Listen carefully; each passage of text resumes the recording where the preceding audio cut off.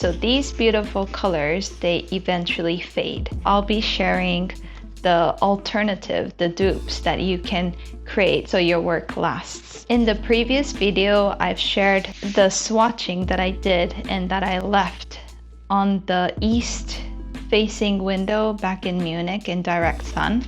And we know now that God's Back, Morai Witch, Moonglow, Lapis Brown, and also Opera Pink were the ones that kind of shifted in color. A lot of you commented on that video and thank you for watching that one. I will be going over the questions or like some comments that were there. I am trying to do these tests in a very harsh condition because that's where typically we live in. I looked into this and actually Golden has their website where they do the test in direct sun in Arizona state where the UV is especially quite high. So I'll be sharing that link down below, which I found quite helpful. So I'll be going over creating these dupes. I did my best. I'll try to go over them, how I recreate them. So first of all, the fugitive colors that shifted in my last test was these four are from Rockwell. So one was God's Back, which is PB36, PB19, and PY3. Now PY3 is the one that shifted. Like we never know, we have to assume these, but out of all these, PY3 is the most probably fugitive out of them, so I would believe it's the PY3. And in my last video I kind of mentioned, oh, there's probably PY3 that like faded in Magic Wizard, but I probably meant PR3 in the Magic Wizard one. So anyways, I put the star sign next to fugitive colors. Morai Witch, PR146 is known for fugitive. Magic Wizard, PR3, Lapis Brown, the PO13 or either the PY65, and then Moonglow, PR177, Opera Pink, PR122 is pretty good, but it's the fluorescent dye that's in it, the BV10, that causes this fugitiveness. So I also wrote some other fugitive colors so you can kind of look through them. So the reason why early on I kind of got into like these pigment numbers and so forth was because I wanted to first stay away from the colors that were fugitive. So I have a whole spreadsheet on Google Sheets where I track all the pigments, the colors that I own, and I can look through the pigment index number to know which one I already own, which one I don't.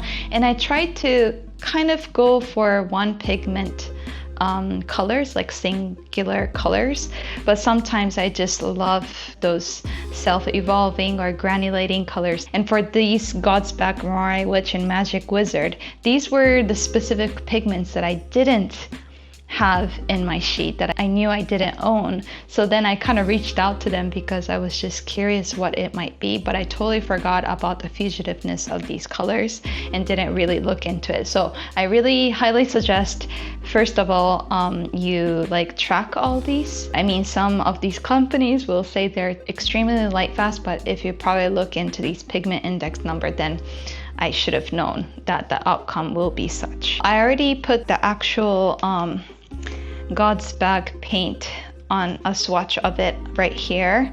This is God's Back, and I will create it with Perylene Violet from Core, and then mixing it with Indanthrone Blue, which is from Daniel Smith, and Pyrrole Orange from Core. There's a lot of seaplanes flying around today because it's like a good weather here in Washington. So I am going to get the Perylene Violet from Core, which is quite powerful. I might do a few swatches so I can nail it down to the perfect color.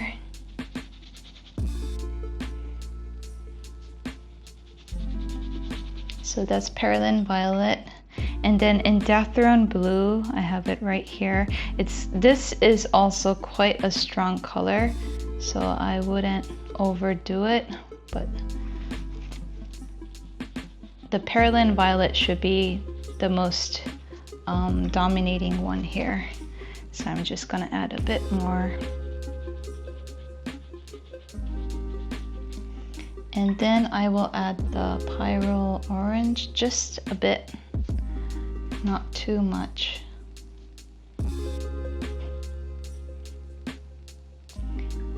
think I should make it a bit lighter so you can see it.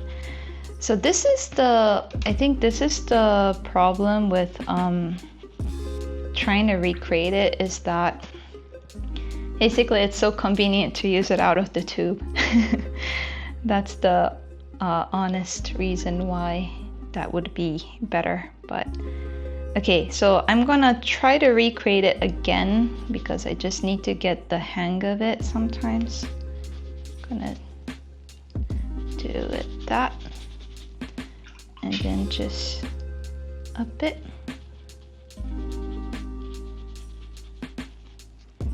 And then a bit of that pyrrole orange.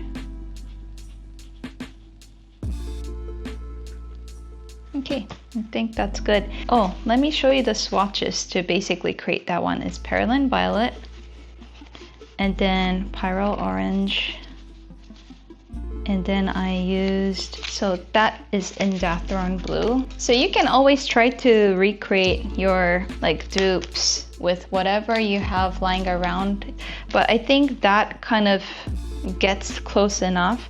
Like it has that orangey color. I didn't choose a yellow, but instead I choose the orange.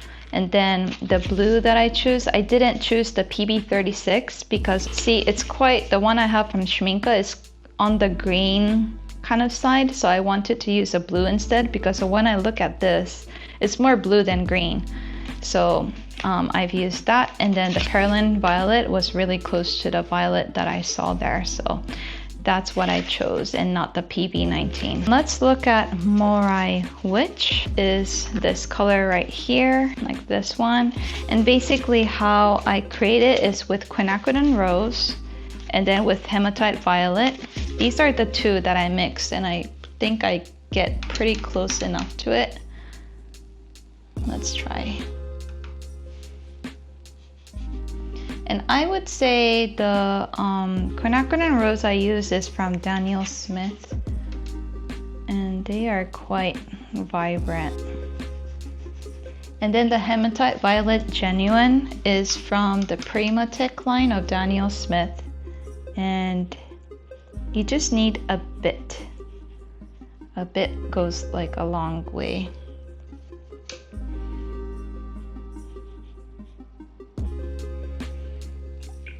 Okay, so I'm gonna try that again.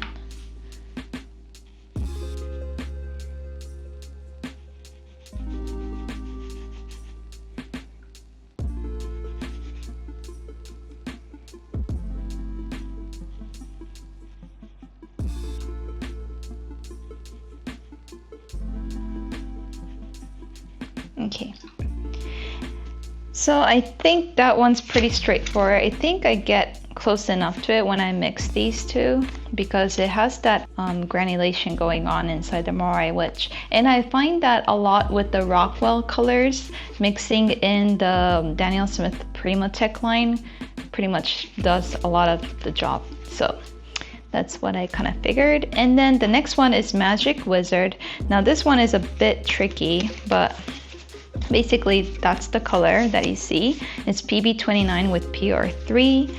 And what I came up with the dupes is Aussie Red Gold mixed with a bit of Perylene Crimson. It's a core color, just a bit because it's quite a powerful color. And then I will mix in the Imperial Purple from Daniel Smith. So these are the three to create that color. So let's try that. And first I dip into the Aussie Red Gold. This is quite a powerful color as well. And this is one of the oranges that I just love using. It's really pretty. So that's the Aussie Red Gold. And always when you mix, you want to try to look at the color and say, is it too orange? Is it too red? And so forth. In this one, I think it's too orange. You want to lean it more into the reds. So I dip in that. And then you want to mute it because it's too strong almost. So I dip into the Imperial Purple. And then I go down just like one whole swoop. With the Magic Wizard, I just feel like it might be too vibrant, and in that case I kind of use the Aussie red gold. I do kind of tend to like it when I just use the Imperial Purple on its own without using that Perylene red, but then I lose the oranginess, so it's a bit of a tricky balance. Oh, and if you find a better dupe, let me know. I would be very interested to see what you can come up with too, because these are just what I have right now, and out of what I have, I feel like this was the closest that I could get.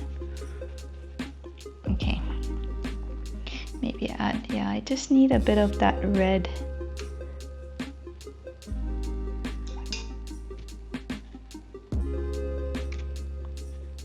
Basically I used the red, but this one has less of that Perylene crimson.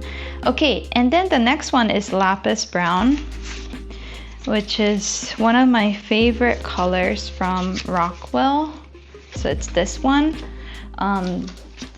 Like just a recap of what it turned out to be. It turned out from this being that purpley kind of color into just blue. It lost that I guess the yellow and the orange, it just lost that whole color inside. So how I create this is a bit of a mixture, but it's Tundra Orange, which is one of the Schmincke colors that I really love.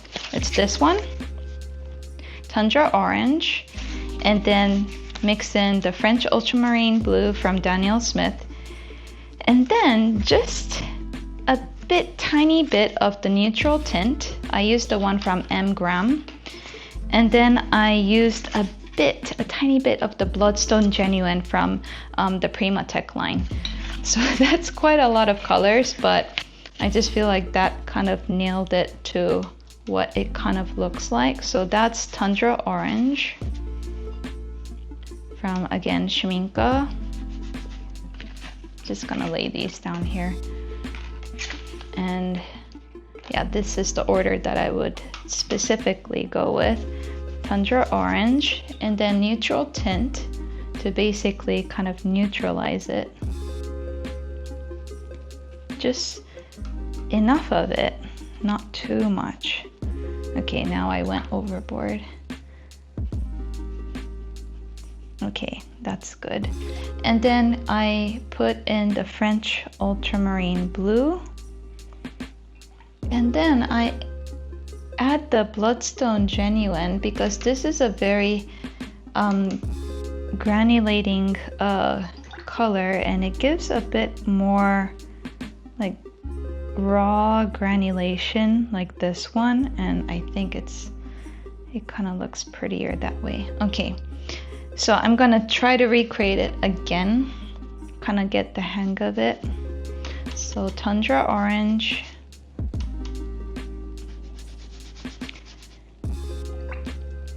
and then the neutral tint, okay,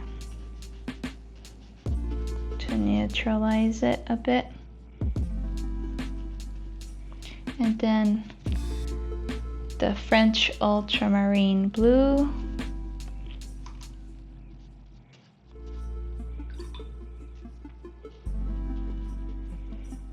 and then the Bloodstone Genuine.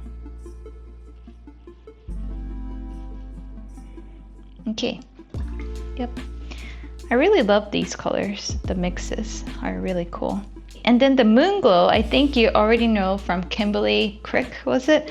A lot of you already followed her. She was one of the first people that I knew that actually Moonglow was fugitive and so forth. I think it was 4 years ago. So thank you everybody for mentioning it. That was kind of cool to know that you also look into her videos. So I'm going to mix in Viridian Green here. I used the one from M. Graham because I love that their version of it more. So that is Viridian, and then I use the French Ultramarine Blue, and then I mix in the Quinacridone Coral, one of my favorite reds I think I need to neutralize it a bit more.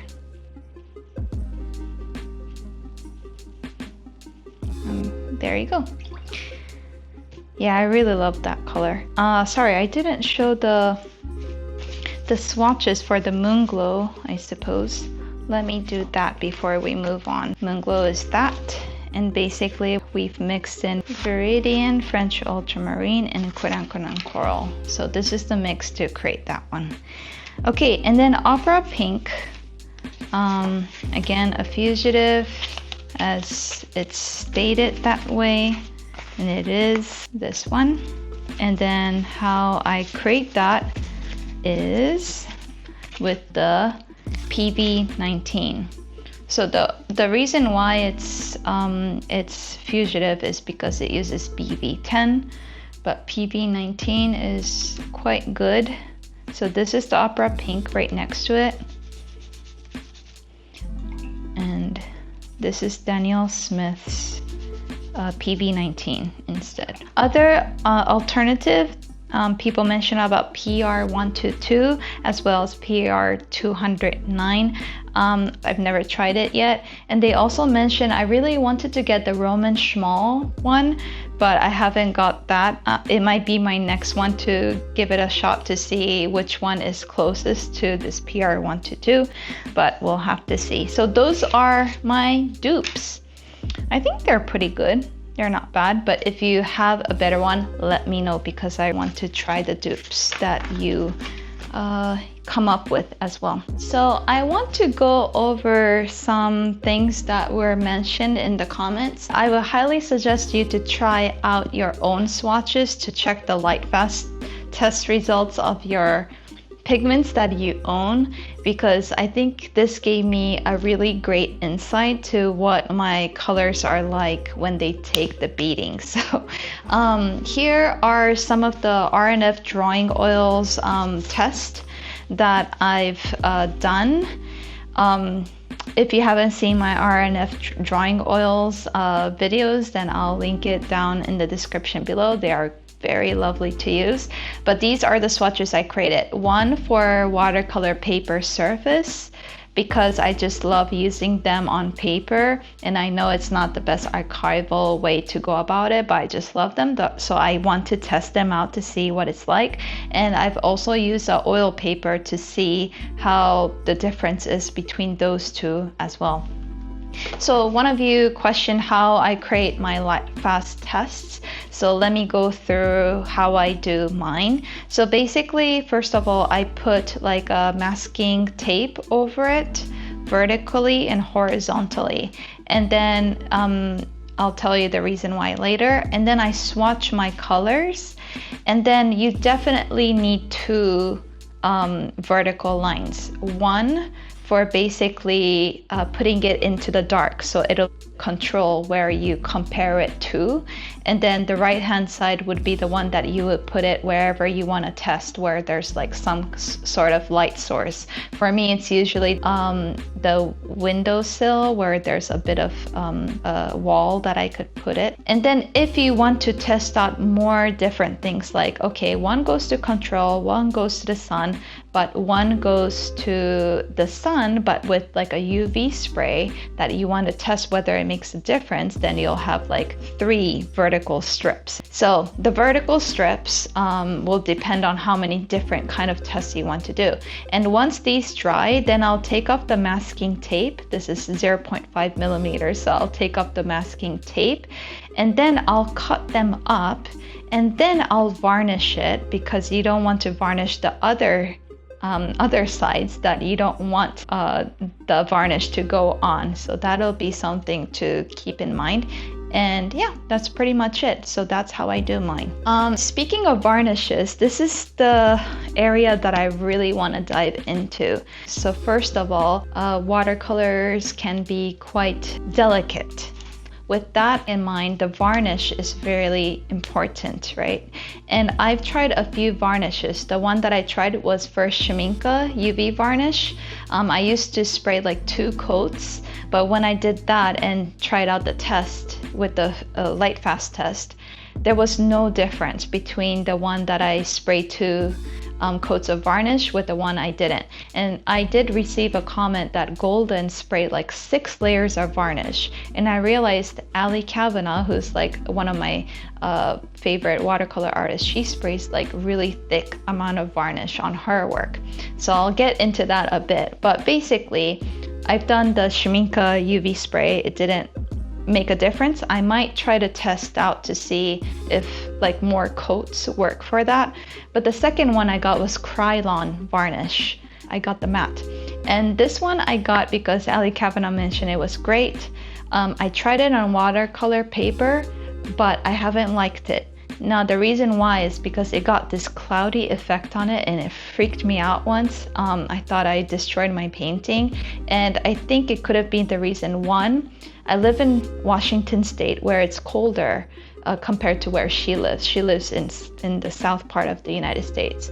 Or second, it could have been that I work on paper and she works typically, I think, on ampersand boards like aqua board. So that could be the difference that it caused, you know, it to not work with the papers that I use or the environment. So I'll need to test that a bit more. The third one I use is Dorland's wax medium. Now this one is good not for UV protection, but it's good to resist the water. But the only problem I have with that is that it gets a bit cloudy. I don't like the after effect, and I've heard and I've done buffing it and everything, but I still don't quite like it. So I want to test out whether layering some varnish over that will actually help. So I want to test out around there. And also I recently got Golden Archival varnish spray, and I heard really good things about it, so I'm planning to test that out, and even maybe do the next batch of lightfast test that I'll do it in 2026 January. I thought I might do like different strips of different varnishes to see what the difference would be like across different companies, but that's something I've been thinking. So if you have any information about varnishes that you use right now, I'll love to know about that. If you had like, no, I didn't really like that one, or this one worked, or any kind of information, that'll be cool if you can share it with this community. If you haven't looked at my lightfast test result video or the RNF drawing oil videos, then check them out here. Okay, I'm finished. Hopefully that got recorded. Yes, still recording. Great.